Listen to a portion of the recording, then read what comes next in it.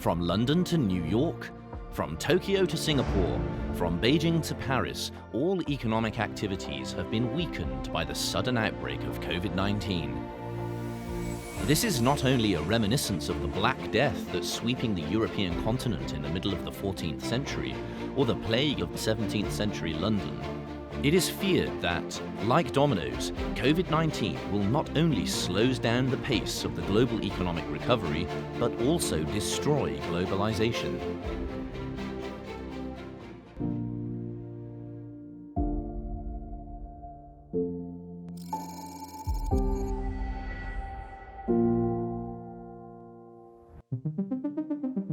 COSCO shipping is the important carrier to get through the lifeblood of the economic globalization. COSCO shipping ranks first in the world in terms of comprehensive capacity. How does such an industry giant, which is closely related to the global economic trends, perform in the globe when the COVID-19 is spreading?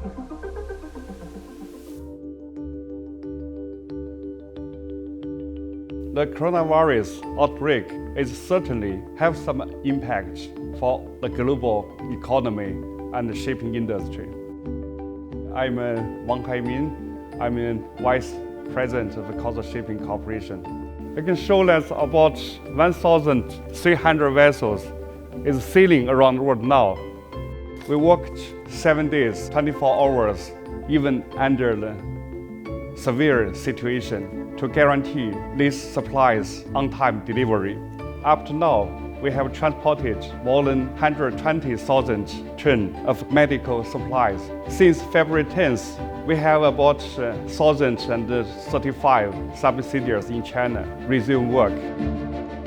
We believe when the outbreak is faded, the demand will rebound rapidly. China's importance in the global supply chain and industry will not be undermined. The WHO judges that COVID-19 is not only a super epidemic that spreads across the globe, but also a large infectious epidemic that might be controlled for the first time of human history. David Gosset, a French scholar living in Shanghai, agrees with this view. He also gives a long-term forecast of China's development. Of course, China has been facing a very, very severe crisis, but this crisis is not going to fundamentally change the course of history. The Chinese Renaissance is here to stay, and it is going to change the world. My name is David Gosset. I have established the Europe-China Forum in 2002 in order to deepen the links between Europe and China. We have not only seen a resilient China because this coronavirus was a shock. The shock is being absorbed, and by the way, I expect a rapid recovery of the Chinese economy. And when you declare victory over such a crisis, you become stronger. This crisis will not affect the Chinese Renaissance.